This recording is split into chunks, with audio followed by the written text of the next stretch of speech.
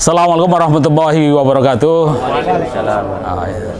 Selamat sore pemirsa channel Ova Farm, sekaligus juga nanti dengan channel Pantura Pos ini. Kebetulan bundling atau collab lah istilah sekarang collab. Kita berada di kandang ya, di kandang Ova Farm.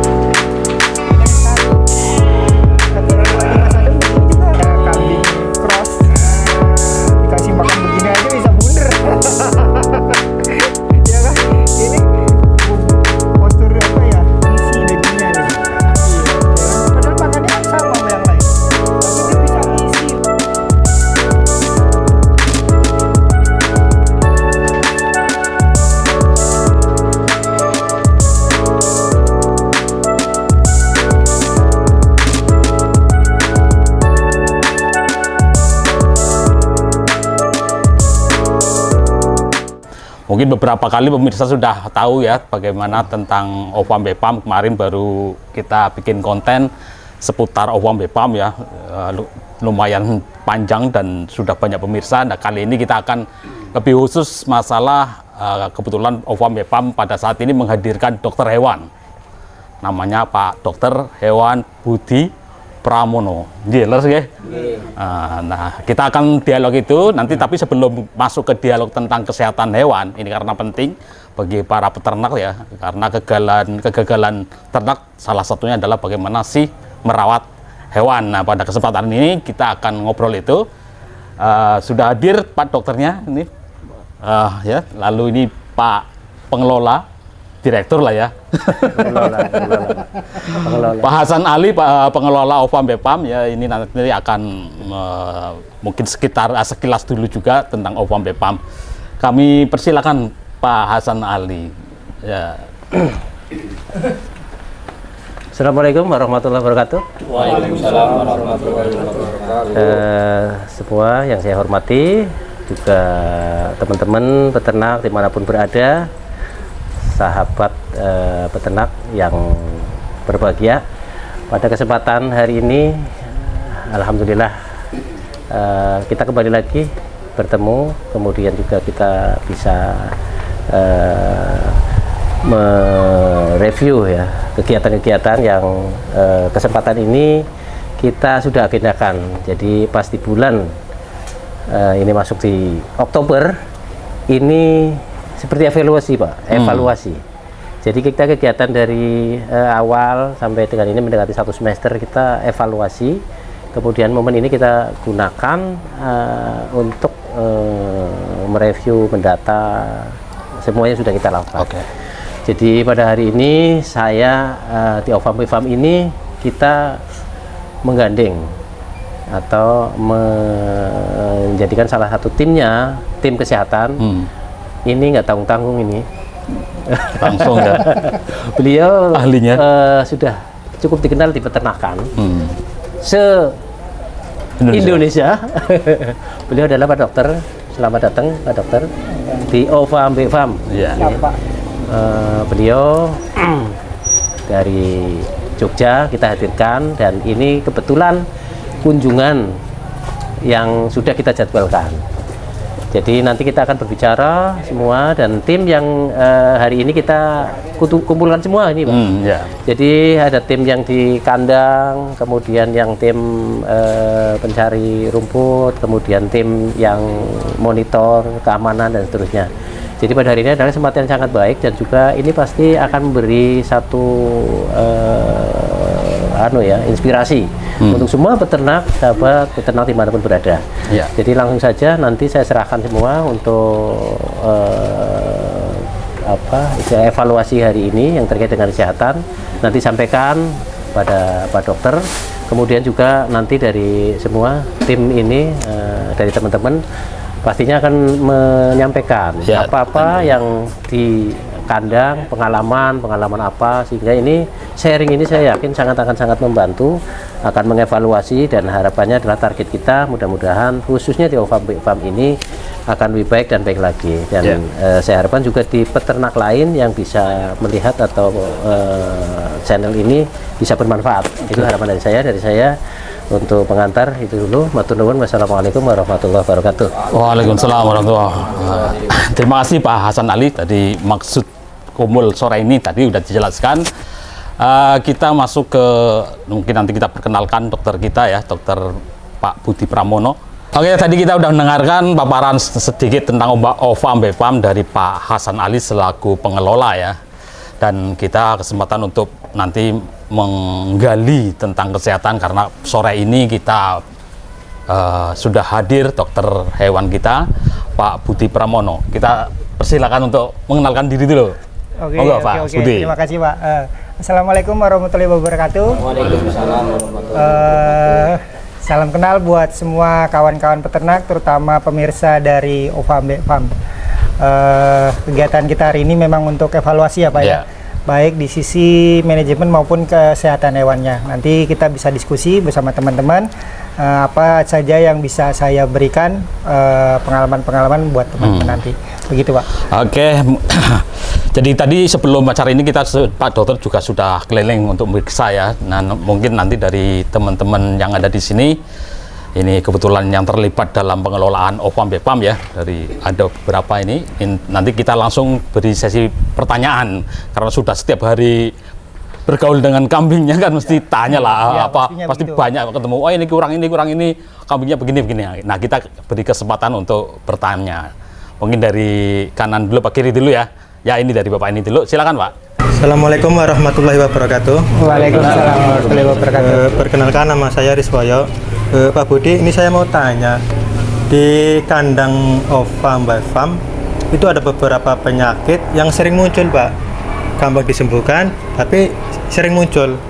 Yang pertama itu ORF, kedua pink eye atau sakit mata, yang ketiga skarbias. Nah, yang mau saya tanyakan itu penyebabnya apa dan pengobatannya, Pak? Oke. Baik, terima kasih. Assalamualaikum warahmatullahi wabarakatuh. Waalaikumsalam warahmatullahi wabarakatuh. Langsung saja, Pak Dokter. Oke, Pak. Yang pertama buat pink eye ya. Iya. Pink eye ini disebabkan oleh infeksi biasanya. Infeksi ini biasa didapat dari perjalanan, bisa jadi karena kemasukan debu saat perjalanan mobil transportasi ke sini. Itu yang pertama. Yang kedua karena makanan. Kok bisa ya makanan kok hubungannya sama mata kan gitu?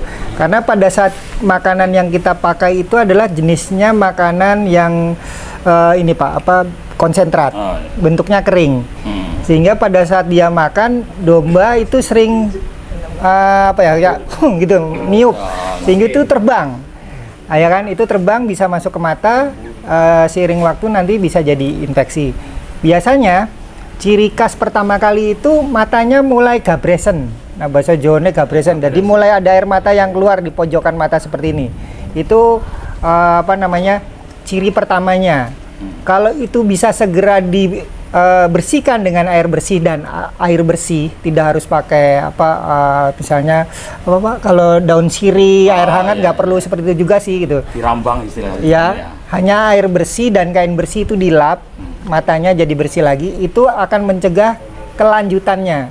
Tetapi kalau misalnya tidak segera dibersihkan, itu akan berlanjut karena air matanya tadi itu, air mata yang keluar itu akan mengeras, mengering dan mengeras, kemudian akan menjadi bahasanya ya, Selek ya. telusupan, Pak. Telusupan, Sehingga matanya menjadi itu telusupan jadi ini, Pak, jadi mengiritasi mata. Muncullah infeksi yang lebih lanjut ke mata. Biasanya awalnya merah ya kan, merah, lama-lama nanti jadi memutih gitu. Nanti lama-lama membesar, nanti pecah, yang seperti itu. Itu biasanya berproses, butuh waktu untuk menjadi putih dan membengkak itu butuh waktu sekitar 1 bulan, Pak.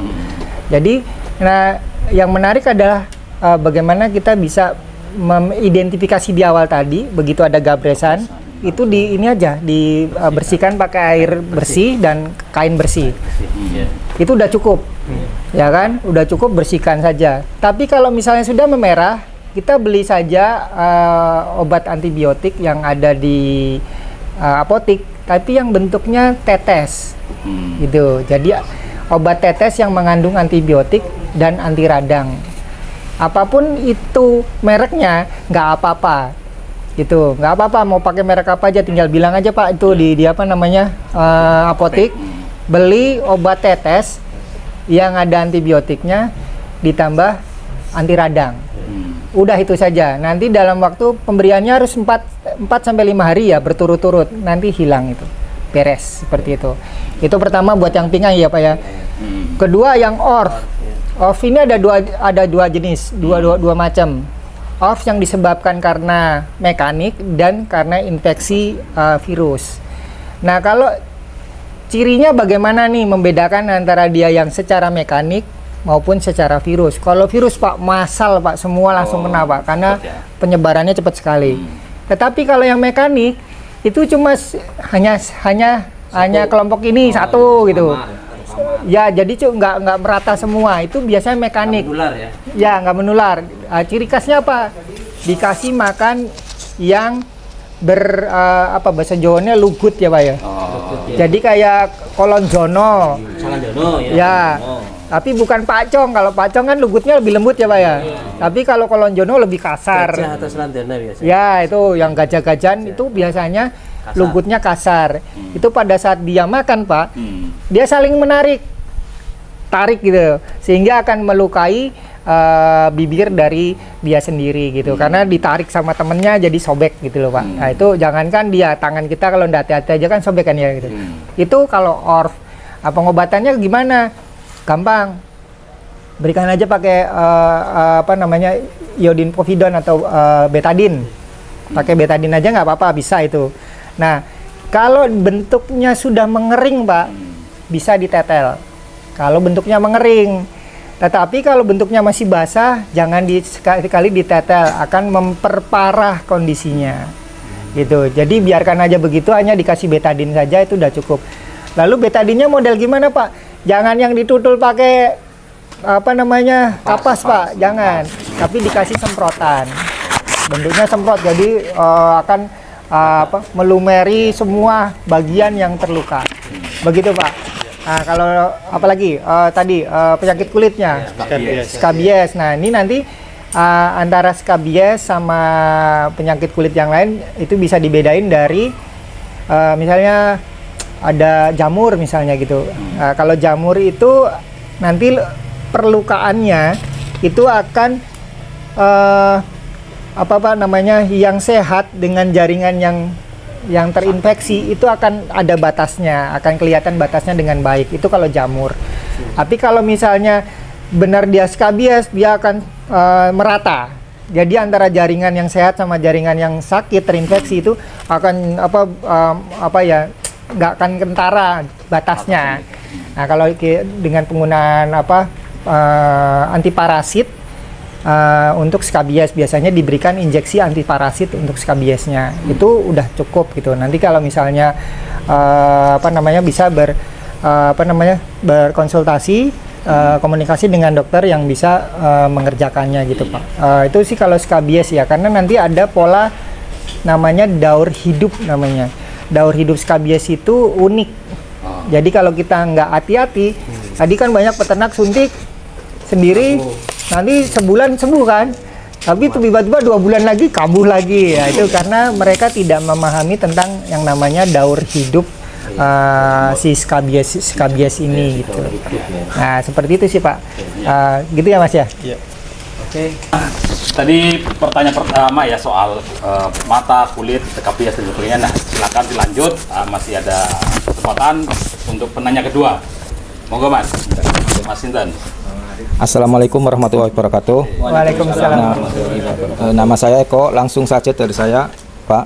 Saya mau nanya apa penyebab serta penanganan pada kambing yang kena mencret atau diare dan kembung, Pak. Sudah cukup, terima kasih. Mencret dan kembung. Oke. Gini, kita berikan sebuah pemahaman dulu. Kalau domba atau kambing diare itu bukan sebuah penyakit. Yang harus kita pahami dulu. diare itu bukan sebuah penyakit. Diare itu adalah sebuah gejala klinis dari sebuah penyakit. Seperti itu. Jadi, lalu yang menyebabkan dia diare apa? Banyak, ya kan? Yang paling umum biasanya itu pergantian pakan. Yang paling umum tuh diare gitu, karena pergantian pakan. Ya toh, kita nggak hati-hati ganti makan, misalnya hari ini rumput, besok lere sede, habis langsung diare nanti tuh, ya kan? Karena pergantian pakan yang secara tiba-tiba itu dia bisa diare. Lalu apalagi misalnya cacingan. Makanya kita di Farm harus melakukan sebuah program pemberian obat cacing, Pak. Iya. Untuk yang jantan dilakukan 3 bulan sekali. Untuk yang betina itu 1 minggu pasca kelahiran dan 1 minggu sebelum dimasukkan dalam koloni. Itu karena kan prosesnya 3 bulan ya, Pak, untuk sapi ya. Jadi nanti 1 minggu setelah melahirkan dan 1 minggu sebelum masuk koloni. Itu pemberian obat cacing. Lalu apalagi bisa karena bakteri, bisa karena virus. Itu jarang sekali memang terjadi untuk kedua yang terakhir ini, Pak. Untuk bakteri dan virus gitu. Biasanya rata-rata yang kita alami di lapangan itu kebanyakan karena pergantian yang diberikan pakan. Itu gimana? Pergantian pakan yang tiba-tiba. Pada saat konsentrasi misalnya Pak, kejadian lagi pada cempe misalnya. Kok cempe ini pengalaman saya di lapangan ya, Pak ya. Produktivitas daging. Cempe tiba-tiba diare. Tapi ya kan gitu. Lalu pertanyaan saya selanjutnya biasanya cempenya usia berapa? Usia 2 bulan. Usia 2 bulan kok bisa diare kan gitu. Satu, kemungkinannya karena dia ikut makan makanan dari induknya sehingga kadar nutrisi proteinnya terlalu tinggi yang dia belum siap untuk sistem pencernaannya. Itu pertama. Yang kedua, saya pertanyaan selanjutnya, betinanya, babunya itu dikawinkan apa tidak? Nah ini yang menarik, Pak. Ternyata babu betina induk itu yang bawa anak saat dia dikawinkan dan bunting itu anaknya bisa diare. Jadi saya bilang petot gitu. Setelah itu dipetot, tidak minum susu induk lagi, diarenya hilang. Itu yang menarik itu. Pengalaman saya di lapangan seperti itu. Jadi untuk kasus diare kita evaluasi dari manajemen apa yang kita kerjakan, lebih banyak seperti itu. Lalu masalah kembung.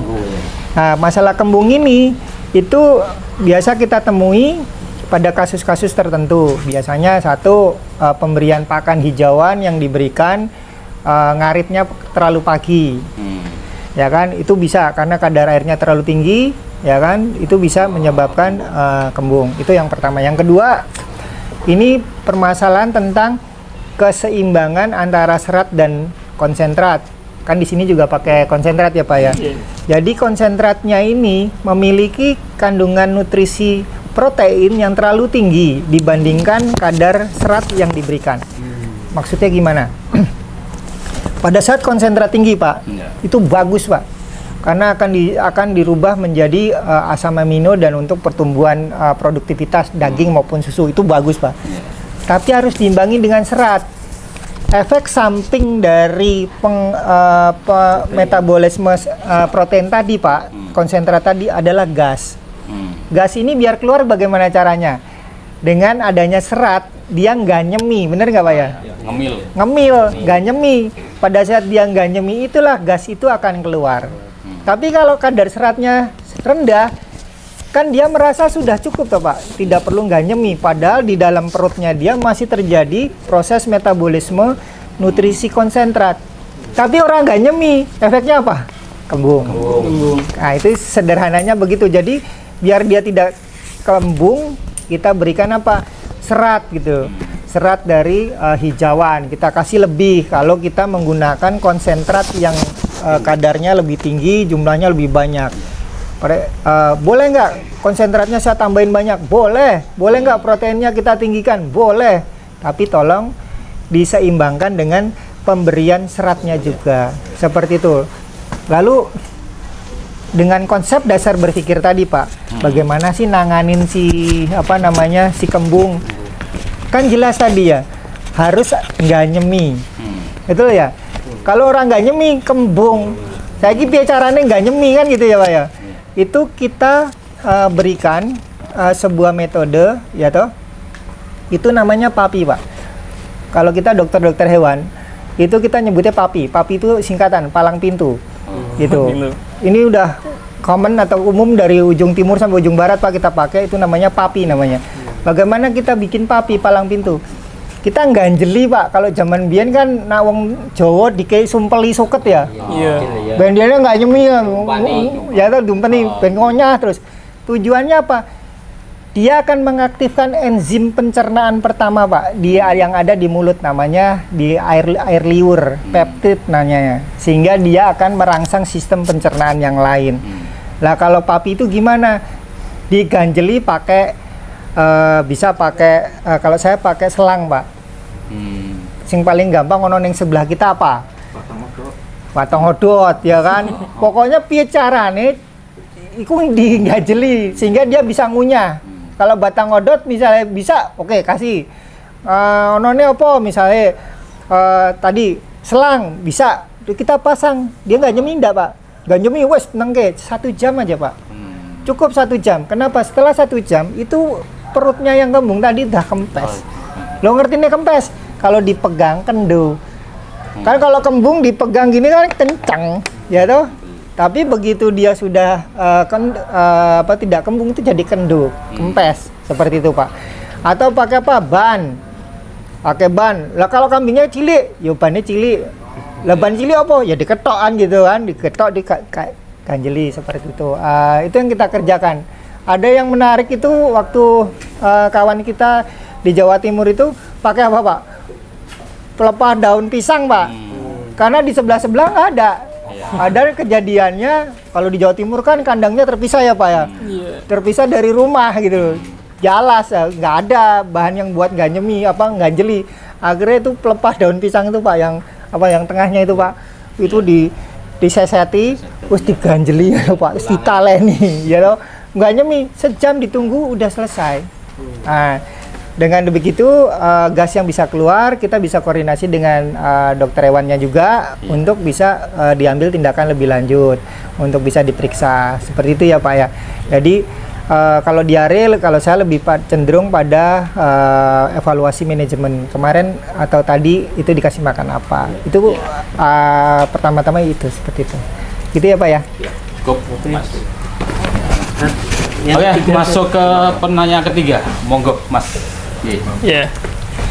Oke, assalamualaikum warahmatullahi wabarakatuh. Waalaikumsalam warahmatullahi wabarakatuh. Ya, nama saya Imam Tantowi selaku operator OVA BFRAM. Ya, sebelumnya saya ceritakan terlebih dahulu. Setelah kami memelihara di dalam kandang, ada beberapa kasus yang memang terjadi atau penyakit pada kambing, yang mana ada beberapa kambing itu terkena flu dan batuk, Dok. Jadi yang saya tanyakan, kira-kira apakah nanti flu dan batuk itu bisa mematikan? Karena kan suaranya itu kan keras banget kan, apalagi kontinu, kemudian flu-nya apalagi menyumbat hidung. Jadi kira-kira penyebabnya apa, terus bagaimana cara mengatasinya Dok? Seperti itu, terima kasih. Ya, silakan. Oke, untuk kasus flu dan batuk ini itu menarik Pak. Jadi kejadian ini bisa terjadi pengulangan di saat terjadi perubahan iklim, misalnya dari hujan ke panas atau panas ke hujan, itu bisa seperti itu. Dengan kalau flu kan dia virus ya Pak ya, itu diobati dengan peningkatan metabolisme tubuh ya, ketahanan tubuhnya dia sendiri bagaimana itu. Nah, pengalaman saya di lapangan begini, kalau batuk dia bisa disebabkan karena makanan. Kok bisa? Jadi misalnya saya ya, misalnya saya kalau makan mari Roma batuk, terutama yang kelapa itu, karena terus ganjeli di sebelah sini ya Mas. Aduh, koyo ketemu rapi enak banget yang ini. Nah, hal serupa terjadi pada domba kita, dan itu kan kejadiannya pasti individual ya, betul. nggak semua kena batuk gitu, pasti individual. Kalau individual kayak gitu, coba jenengan perhatikan dia habis makan apa, apakah bentuk makanannya kering atau enggak. Kalau bentuk makanannya kering, Itu bisa jadi karena itu tadi perubahan makanan. Lalu bagaimana, ini yang menarik Pak. Saya kasih dia itu 10 ml minyak goreng setiap pagi selama 5 hari. Setiap pagi ya, hanya sekali aja setiap pagi. 10 ml aja, nggak usah banyak-banyak. Jadi itu akan melumasi tenggorokan. Sehingga nanti sesuatu yang nyangkut-nyangkut tadi itu akan turun ya. akan sampai ke bawah lagi gitu. Itu setelah pemberian itu dia akan berangsur-angsur menghilang. Itu yang menarik Pak. Saya juga menemukan itu, kasus itu di lapangan kita kerjakan. Kadang-kadang kita mikir terus nyambungin yang di. Ya. Terus nyambungin yang di kok iso gitu. Nah itu saya kerjakan sendiri itu di lapangan. Saya lakukan selama 5 hari. Pemberian 10 mili saja, tidak usah banyak-banyak minyak goreng. Tapi yang baru, jangan yang bekas, ya kan? Jangan yang bekas. Ya. Karena bekas ketok orang modal ya Pak. Gitu. Jelantar. Ya. Mau saya iso tuku jutaan, ra iso tuku sing anyar gitu. Minyaknya maksudnya kan. Jadi kayak gitu, kita kasih itu cukup sedikit aja, nggak usah banyak-banyak selama 5 hari. Nanti kita lihat dievaluasi lagi progresnya. Tapi kalau memang dia sampai meler gitu kan, kita lihat apakah ada perubahan iklim baru-baru ini. Kalau misalnya tidak ada tidak ada perubahan iklim, nanti kita lihat lagi apakah terjadi penurunan nafsu makan apa enggak, kayak gitu. Kalau misalnya batuk, pilek, terjadi penurunan nafsu makan, berarti itu sudah mengarah gangguan infeksi saluran pernafasan. Kalau sudah menuju ke sana, kita segera melakukan koordinasi dengan dokter hewan setempat untuk bisa ini ditangani seperti apa. Karena nanti mereka akan menggunakan obat-obatan yang spesifik. Kalaupun harus menggunakan antibiotik misalnya, dia antibiotik yang spesifik pada sistem pernafasan.